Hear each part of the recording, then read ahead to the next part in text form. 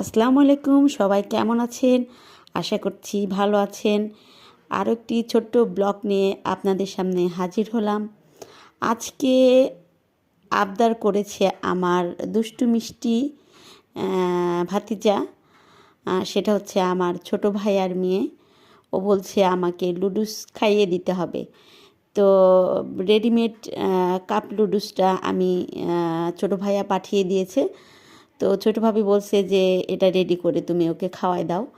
ভাবির হাতে তো খেতে চায় না, তো মাঝে মধ্যে আমি সময় পেলে ওকে খাওয়ানোর ব্যবস্থা করি। আমার হাতে ও খুব ভালো খায়, খুব আনন্দ সহকারে খায়। তো চেষ্টা করি ওকে পেট ভরে একটু খাওয়ানো।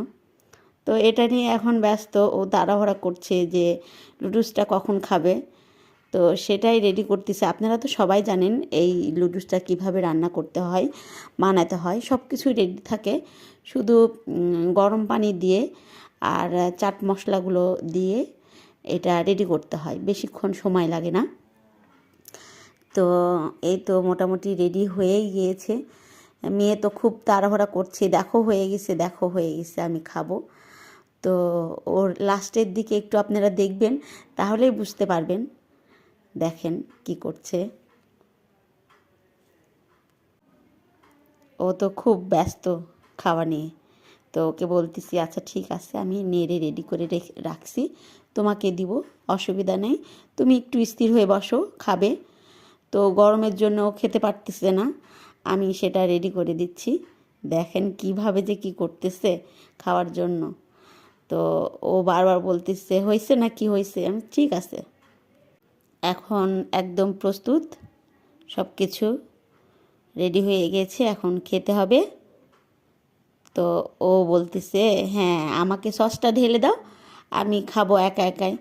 তো আমি বললাম যে না, তুমি গরমে হাত পুড়ে যাবে, আমি খাওয়াই দিচ্ছি। তো এই নিয়ে তো ঝটফট করতেছে, ও বারবার কাঁটা চামচটা দিয়ে দিচ্ছে যে ও একা একাই খাবে। তো এই যে হয়ে গেল। হ্যাঁ হ্যাঁ তুলো, হ্যাঁ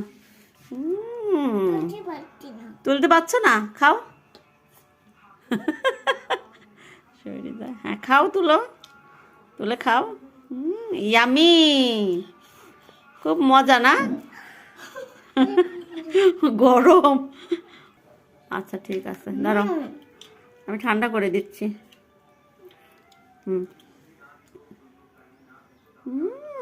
ইয়ামি, এম করে দেখাও, এই যে এম করে দেখাও, এই যে এম করে, আমাকে এম করে দেখাও, ইয়ামি। তাই আচ্ছা খাও, এই যে